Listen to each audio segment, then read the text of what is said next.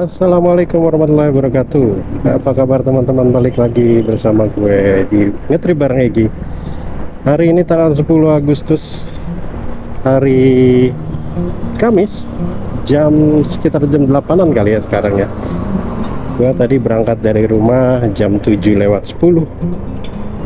Sampai sini ya mungkin sekitar jam 8 kurang lebih ya. Posisi sekarang lagi ada di kandang roda daerah Sentul. Kita mau masuk ke arah Citerep. Dan mau kemana kita hari ini? Nah, hari ini kita mau kita mau touring kemerdekaan, insya Allah, karena ini adalah momen-momennya hari kemerdekaan Republik Indonesia. Sebentar lagi tanggal 17 Agustus, teman-teman.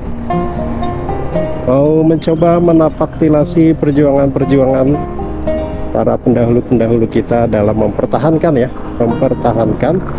kemerdekaan yang akan direbut kembali oleh penjajah Belanda pada saat itu. Jadi spot-spot kunjungan kita pada hari ini adalah tempat-tempat yang bisa menapaktilasi kita, mengingatkan kita kembali akan gigihnya perjuangan para pendahulu-pendahulu kita itu, teman-teman. Mudah-mudahan kita bisa meniru ya semangatnya, meniru kecintaannya terhadap Republik Indonesia ini.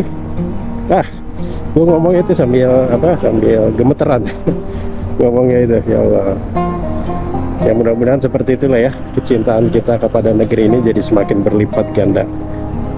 Kalau kita sudah cinta dan sayang sama negeri ini, tentu apa yang akan kita lakukan untuk negeri ini adalah hal-hal yang baik ya pastinya ya, bukan hal-hal yang justru merusak. Nanti spotnya apa aja ya kalian lihat sendiri saja ya. Makanya ikuti terus sampai selesai. Dan kota pertama yang akan kita kunjungi adalah Karawang. Nah itu kata kuncinya, teman-teman. Ya silahkan kalian tebak-tebak sendiri.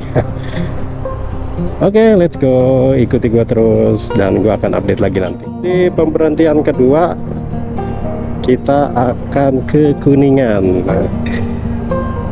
Ceritanya Karawang sama Kuningan ini saling berkaitan.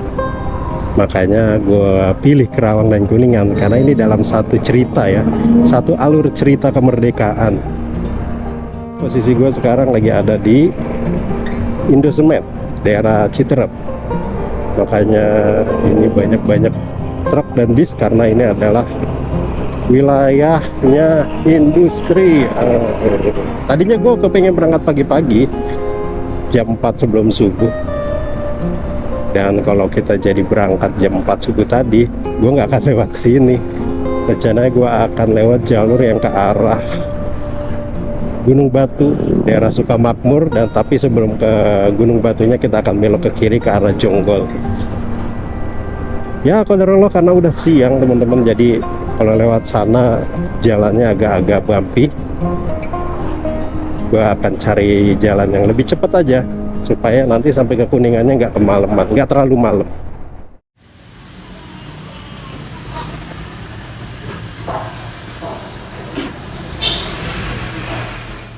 Kejadian kemarin pas di Majalengka, ini si Jagur kan overheat ya, nggak di Majalengka, pas di Cikalong Kulon, daerah Cianjur, Purwakarta.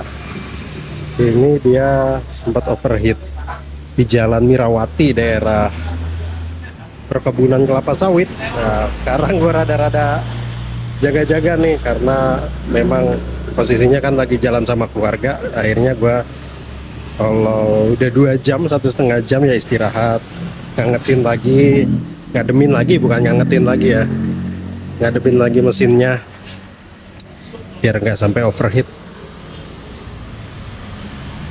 Kita lagi ngeres dulu teman-teman. Wah, buruh nih pada turun ke jalan.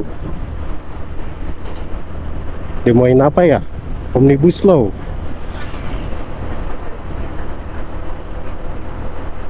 Iya, mereka harus izin kalau mau demo. Iya, biar dikawal. Omnibus Law kayaknya ya teman-teman ya. Semoga tuntutannya tersolusikan ya teman-teman buruh semua ya.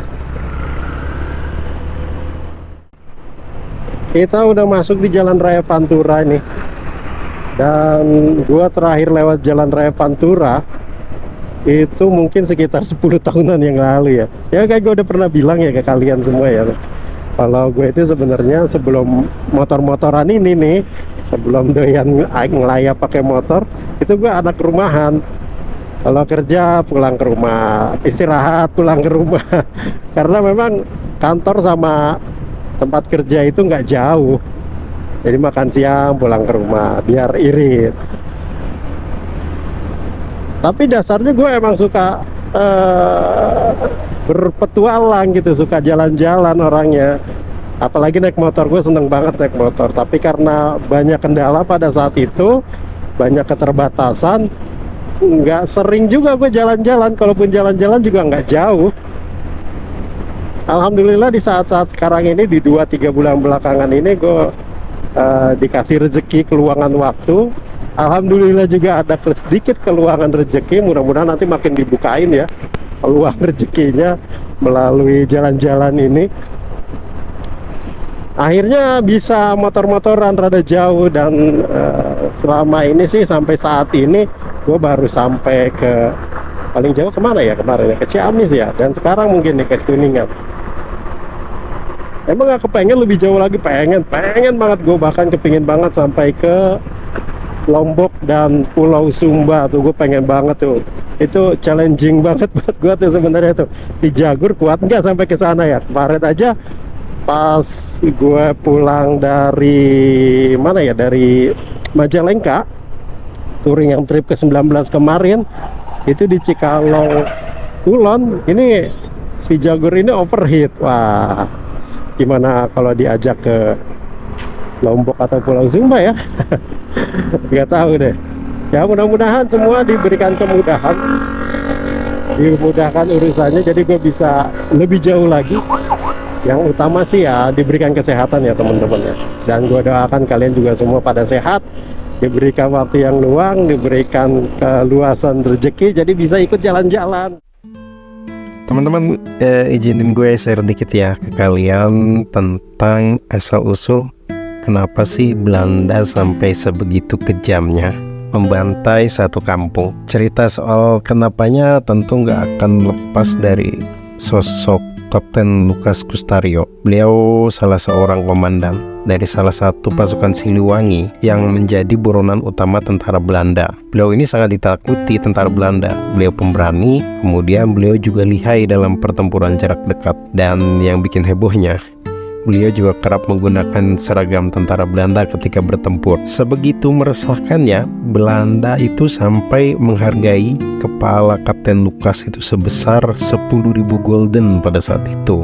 Dan Belanda juga menggelarinya dengan sebutan Begundal Karawang. Tapi di sisi lain, Kampung Rawagede juga dikenal sebagai kampung yang warga dan lurahnya kerap mendukung perjuangan bangsa Indonesia dalam mempertahankan kemerdekaan. Salah satu bentuk dukungan itu adalah Kampung Rawagede kerap dijadiin tempat persembunyian Kapten Lukas dan pasukannya karena warganya kooperatif banget. Belanda sebenarnya juga udah tahu sejak lama kalau kampung ini itu suka dijadiin tempat persembunyian para pejuang. Lokasi kampung yang gak jauh dari stasiun Rawagede jadi tempat strategis Kapten Lukas dan tentaranya yang akan melakukan sabotase terhadap rangkaian kereta Belanda yang membawa suplai logistik, senjata, dan amunisi. Sampai pada suatu ketika, pasukan Kapten Lukas berhasil menyerang dan menumpukan iring-iringan kereta yang muatannya penuh senjata dan amunisi Belanda. Belanda marah besar saat itu. Pasukan disiapkan dan dimobilisasi untuk mengepung Rawagede. Ini berdasarkan info yang didapat dari seorang pengkhianat, anjing-anjing Belanda, bahwa Kapten Lukas beserta puluhan tentaranya tengah berada di Kampung Rawagede. Tetapi 1 jam sebelum terjadinya pengepungan, Pak Lurah Rawagede memperingatkan Kapten Lukas supaya pergi dari kampung karena ada kabar Belanda akan datang menggeledah kampung. Menindaklanjuti info tersebut, Kapten Lukas segera keluar dari Rawagede menuju Cililitan. Pas memang ada misi juga di Cililitan untuk menyerang pos-pos penjagaan dari pasukan Belanda. Nah, singkat kisah, setelah mengepung Rawagede sejak semalam, Belanda masuk kemudian mengumpulkan para pria yang di atas usianya 15 tahun ke atas di satu tempat. Belanda menanyai mereka di mana Kapten Lukas berada. Kemudian dengan kejamnya Belanda membantai seluruh laki-laki tersebut hingga dalam satu hari itu serempak para istri di satu kampung itu berubah menjadi janda dan para anak-anak berubah menjadi yatim.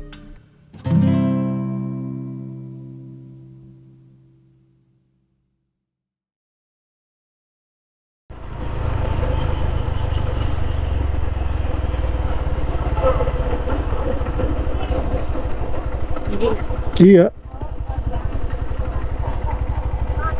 Oke. Selamat datang di Monumen Dari mana, Kang? Rawa Gede. Dari Bogor, Pak. Baru pertama kali, Pak. 2.500. Iya, 5.000 berdua. Baru kesini ya? Baru kali ini ke sini.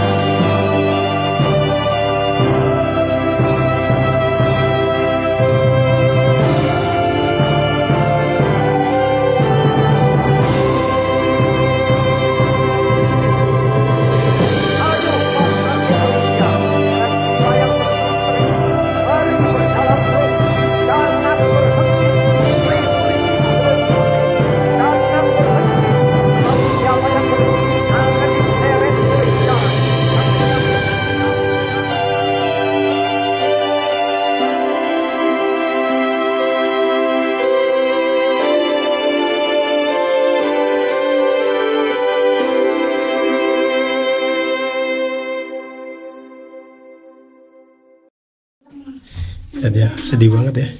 Ya Allah, kita ngebayangin ya. Gue sampai pengen nangis ini lah. Cuma ngeliat patungnya doang pada. Lihat. Yang istri menjadi janda, yang anak menjadi yatim. Dan kalian tahu nggak teman-teman, mereka dieksekusi kenapa?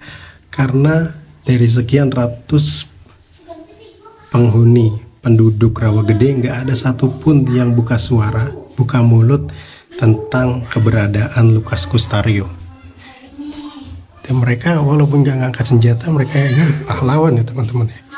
Aduh, gue nangis ini. Mereka pahlawan karena nggak ada satupun yang buka suara. Luar biasa. Semoga mereka diterima di sisi Allah amal ibadahnya dan ditempatkan sebagai seorang syuhada. Amin amin ya rabbal alamin.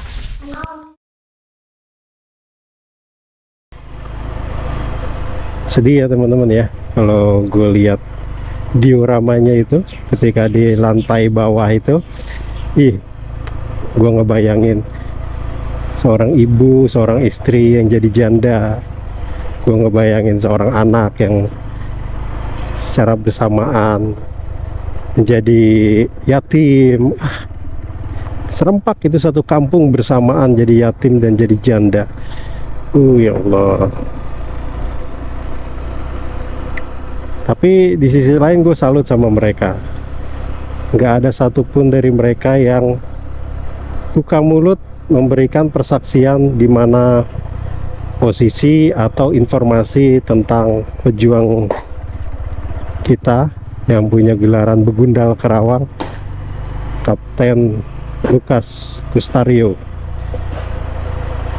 Keren itu, salut banget gue, Masya Allah.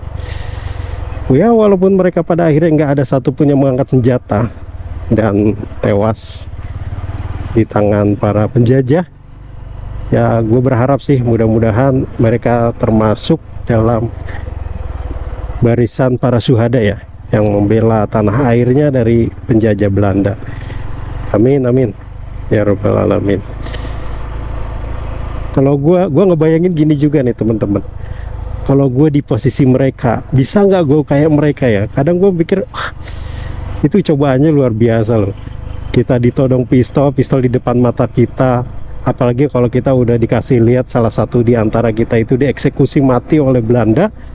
Wah itu, gue belum tentu kayak bisa kayak mereka gitu. Jaga lisan, tutup mulut dari ngasih informasi pejuang kemerdekaan tuh kayaknya, aduh.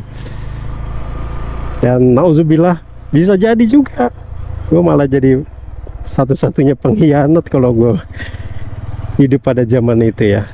Ya bersyukur pada akhirnya gue dilahirkan ketika situasinya sudah aman. Oke, sekarang gue lagi OTW ke Kuningan, tapi gue nggak lewat. Aduh ya Allah, astagfirullah, mentok tapi gue nggak lewat Pantura ya. Gue akan lewat agak ke tengah sedikit, lewat Subang. Kenapa nggak lewat Pantura? Panas nggak kuat gue panasnya. Gue berharap sih kalau gue agak ke tengah sedikit lewat Subang, cuacanya, hawanya tuh nggak sepanas sekarang ini, agak-agak adem lah gitu ya. Walaupun secara jarak dan waktu tempuh lebih jauh, setengah jam sampai 1 jam, nggak apa-apa deh.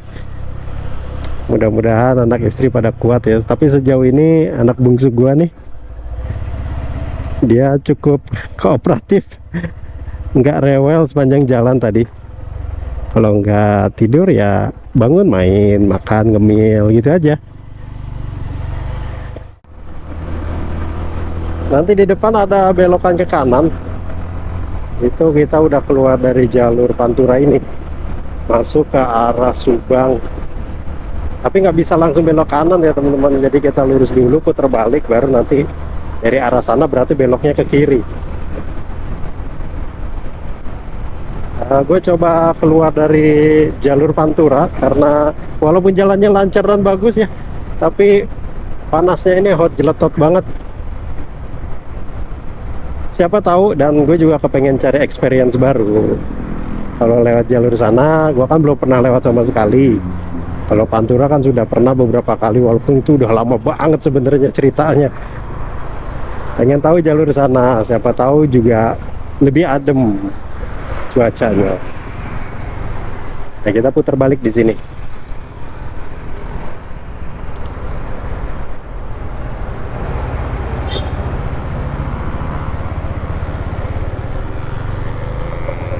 Wih, ini mau pulang kampung nih.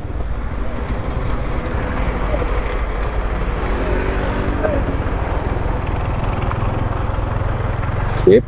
Oke. Kita istirahat dulu ya teman-teman ya. Wih, ini udah sampai Cikampek nih. Resor Kerawang, sektor Cikampek. Oh, Cikampek itu bagian dari Kerawang ya? Lihat ya, Resor Kerawang, sektor Cikampek. Gue pikir Cikampek dan Kerawang itu berbeda loh. Ternyata sama ya, bisa kalian ngademin motor ya. Biar nggak overheat lagi nih si Jagur. Kita mau istirahat dulu, makan dulu, habis makan baru sholat. Biar nggak pas sholat mikirin makan. Asik nih teman-teman tuh. Wah. Ini tukang dagang tuh, ada cendol, mie ayam, tahu gejrot, bakso. Mantap. Isa, lapar? Mau mami ya?